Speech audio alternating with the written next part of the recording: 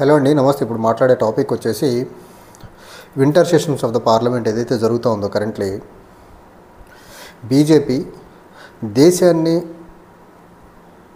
కంప్లీట్గా మిస్లీడ్ చేస్తుందా సమావేశాలు స్టార్ట్ అయిన దగ్గర నుంచి టిల్ డేట్ వరకు అంటే ఖచ్చితంగా అవుననే చెప్పక తప్పదేమో. పార్లమెంట్ సెషన్ స్టార్ట్ అవ్వకముందు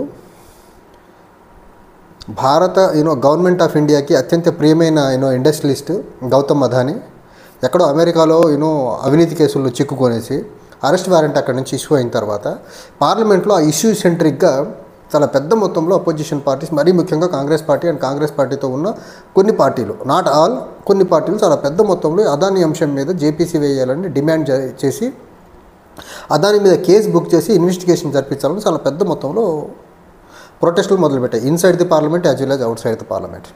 సో ఈ క్రమంలో ఇన్సైడ్ అవుట్ సైడ్ పార్లమెంట్లో అదానీ గురించి గొడవ జరుగుతూ ఉన్న క్రమంలో దేశంలో నరేంద్ర మోదీ, బీజేపీ యొక్క అండ్ ఆర్ఎస్ఎస్ యొక్క అదానీ యొక్క ఉన్న కొద్దిపాటి ఏదైతే బీజేపీ సింపథైజర్ మధ్య ఉన్న సాఫ్ట్ ఇమేజ్ ఏదైతే ఉందో అది దెబ్బతింటుందని గ్రహించిన వీళ్ళు సడన్గా ఒక కొత్త రకమైన డైవర్షన్ డిబేట్కి తీసుకొచ్చారు.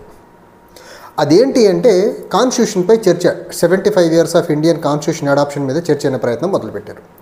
సో కాన్స్టిట్యూషన్ మీద చర్చ జరుగుతున్న క్రమంలో కూడా కాంగ్రెస్ పార్టీకి సంబంధించినటువంటి లీడర్స్, మరీ ముఖ్యంగా మల్లికార్జున ఖర్గే గారు, రాహుల్ గాంధీ, ప్రియాంక గాంధీ గారు ముగ్గురు దేశంలో ఉన్న సకల సమస్యలకి, మరీ ముఖ్యంగా గత 10 సంవత్సరాలుగా ఉన్న సమస్యలకి నరేంద్ర మోదీ ఫెయిల్యూర్, ఈ ఫెయిల్యూర్తో పాటు దేశంలో ఇన్ని సమస్యలు ఉన్న అదానీ ఎలా ఫ్లరిష్ అవుతున్నారు బిజినెస్ పరంగా అని చెప్పే ప్రయత్నం చాలా సక్సెస్ఫుల్గా రాహుల్ గాంధీ గారు, ప్రియాంక గాంధీ గారు as well as Mallikarjuna Kharge గారు వివరించే ప్రయత్నం చేశారు.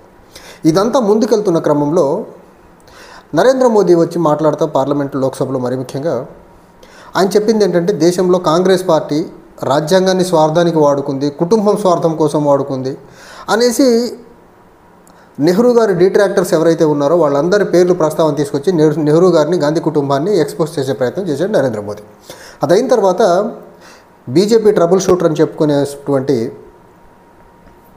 అమిత్ షా హోంమంత్రి, ఆయన రాజ్యసభలో మాట్లాడుతూ ఆయన మాట్లాడుతున్న క్రమంలో అంబేద్కర్ గారి గురించి ప్రస్తావన డిఫాల్ట్గానే అపోజిషన్ బెంచెస్ నుంచి వచ్చింది. ఎందుకు వస్తుంది అంబేద్కర్ గారి గురించి ప్రస్తావన అంటే because he is the drafting committee chairman of constitution of India కాబట్టి. సో ఆబ్వియస్గా ఈ బీజేపీ వాళ్ళు మాట్లాడుతున్న క్రమంలో నెహ్రూ గారిని ఎక్స్పోజ్ చేస్తున్నారు, నెహ్రూ గారు చేయని పనులు నెహ్రూ గారి మీద నిందలేస్తున్న ప్రయత్నం చేస్తున్నారు, సవార్కర్ గురించి, గోల్వాల్కర్ గురించి, లేకపోతే గాడ్సే గురించి మాట్లాడే ప్రయత్నాలు చేస్తూ ఉన్నారు వీళ్ళు.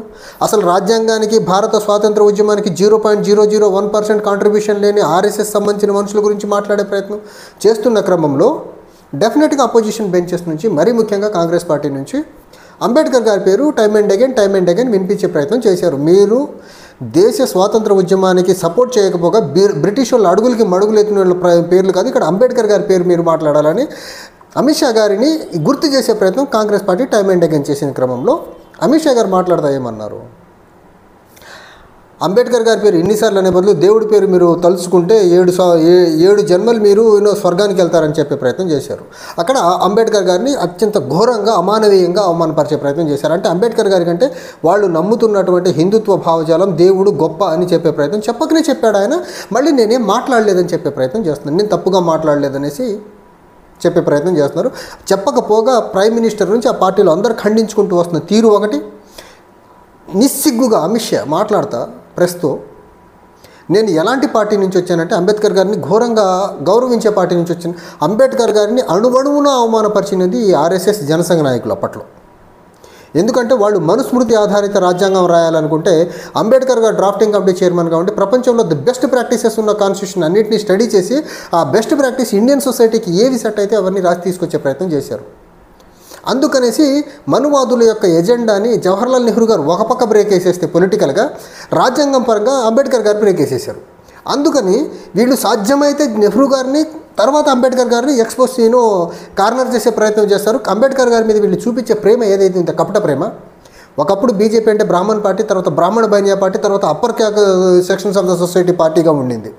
అయితే బీసీ, ఎస్సీ, ఎస్టీలని కలుపుకోకపోతే రాజకీయంగా మనం నిలదొక్కోలేం, మనం గెలవలేం, అధికారంలోకి రాలేమని గ్రహించిన తర్వాత అంబేద్కర్ గారిని ఓన్ చేసుకోవడం మొదలుపెట్టారు. రాజకీయ అవసరాల కోసం అంబేద్కర్ గారిని దేశంలో ఏదైనా పార్టీ ఓన్ చేసుకుందా అంటే అది వన్ అండ్ ఓన్లీ బీజేపీ. అయితే ఈ క్రమంలో ఎక్కడో అదానీ అంశం గురించి జరగాల్సిన చర్చ మొత్తాన్ని కాన్స్టిట్యూషన్ మీదకి తీసుకొచ్చారు. కాన్స్టిట్యూషన్ మీదకి తీసుకొచ్చి గాంధీ కుటుంబాన్ని టార్గెట్ చేసుకుంటూ మాట్లాడే ప్రయత్నం చేశారు. అక్కడ జనసంఘ్ అంటే ఆర్ఎస్ఎస్ నేతల గురించి చాలా ఎక్కువ మొత్తంలో ఇన్కార్పొరేట్ చేసే ప్రయత్నం చేశారు. అది రాజ్నాథ్ సింగ్ గారు మాట్లాడినా, మోదీ గారు మాట్లాడినా, అమిత్ షా మాట్లాడినా, ఎవరు మాట్లాడినా కానీ. అయితే అక్కడ కాంగ్రెస్ పార్టీ అబ్జెక్షన్, పర్టికులర్లీ రాజ్యసభలో కాంగ్రెస్ పార్టీ అబ్జెక్షన్ చెప్పడం వల్ల అంబేద్కర్ గారి మీద ఉన్న విషయాన్ని అమిత్ షా గారు భయంకరంగా బయటకు కక్కే ప్రయత్నం చేశారు. ఆ తర్వాత జరిగిన ఉదంతం ఏదైతే ఉందో, ఆయన సారీ చెప్పాలా, క్యాబినెట్ నుంచి ఆయన తీసేయాలని మల్లికార్జున ఖర్గే గారు డిమాండ్ చేయడం, ఆయన రిజైన్ అయినా చేయలేకపోతే ప్రైమ్ మినిస్టర్ని అతన్ని శాక్ చేయాలనేసి ఏదైతే చెప్పారో దాని మీద ప్రొటెస్ట్ ఎక్కువ అవుకుంటూ వచ్చిన క్రమంలో పార్లమెంట్లో ఈరోజు జరిగింది ఏదైతే ఉందో, అపోజిషన్ పార్టీల వాళ్ళు, ruling opposition as well as ruling వాళ్ళు ఇద్దరు పోటాపోటీగా ప్రొటెస్ట్ చేసుకుంటున్న క్రమంలో ఎంపీల మధ్య వాగ్వాదం జరిగింది. వెళ్ళి రాహుల్ గాంధీ మీద హత్య కేసు పెట్టేశారు ఇప్పుడు.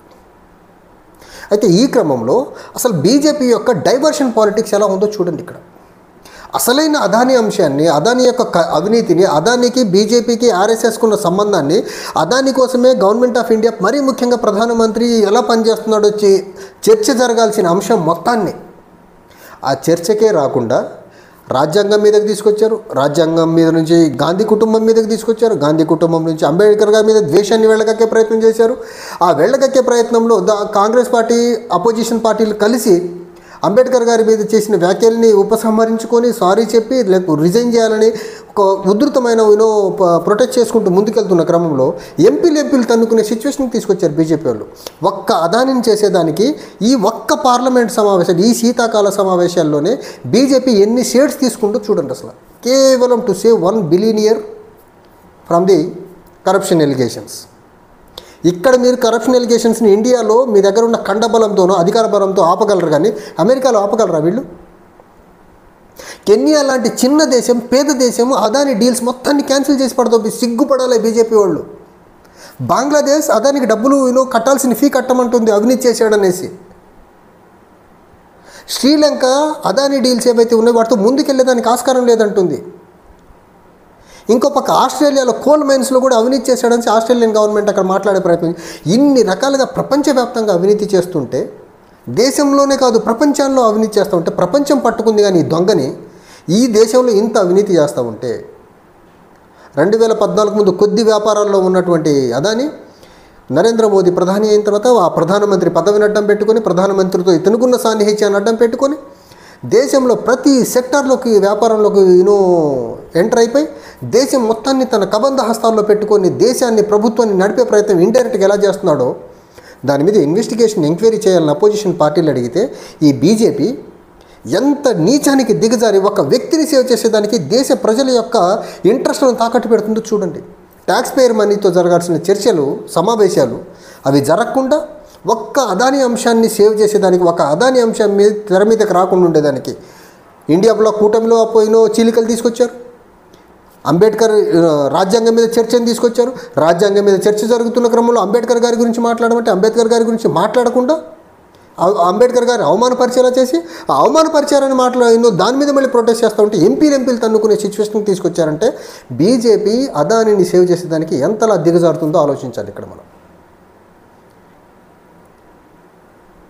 ఇంతలా దిగజారిన బీజేపీ దేశం కోసం మేము పనిచేస్తాం, మేము ఫకీర్లం, దేశమే మాకు ముఖ్యమని చెప్పే నరేంద్ర మోదీ మాటలు మనం ఎలా నమ్మాలి? అసలు ఒక వ్యక్తి మీద ఎంక్వైరీ చేసేదానికి భయపడి ఇతను పవర్ఫుల్ ప్రైమ్ మినిస్టర్ అంట, స్ట్రాంగెస్ట్ ప్రైమ్ మినిస్టర్ని ఎలా నిస్సిగ్గుగా మాట్లాడతారో చూడండి బీజేపీ. ఒక్క వ్యక్తి మీద ఒక ఎంక్వైరీ చేయడానికి ధైర్య సాహసాలు లేని ప్రధానమంత్రిని వీకెస్ట్ ప్రైమ్ మినిస్టర్ అనాలి కదా మనం. అలా కాకుండా ఈ సంఘీలు, ఈ అంధభక్తులు అందరూ కలిసి powerful prime minister Ukraine Russia యుద్ధాన్ని ఆపారని చెప్తూ ఫోన్ కాల్తో ఆపాడంట. ఈ రోజుకి తన్నుకు చేస్తున్నారు. నిన్నటికి నిన్న రష్యన్ టాప్ మోస్ట్ మిలిటరీ అఫీషియల్ని చంపేశారు యుక్రెయిన్. ఎక్కడ ఆగింది యుద్ధం? ఫోన్ కాల్ వల్ల. సో ఈ అంధభక్తులకి జ్ఞానం లేకపోవడం వల్ల బీజేపీ, నరేంద్ర మోదీ, ఆర్ఎస్ఎస్ అన్న అమిత్ షా యొక్క ఆటలు సాగుతూ ఉన్నాయి. ఈ అంధభక్తులు దేశంలో ఇలా గుడ్డిగా ఉన్న రోజులు దేశ సంపద మొత్తం ఒక అదాని చేతిలోకి వెళ్ళిపోతుంది. అందులో ఎలాంటి డౌటే లేదు. Thank you.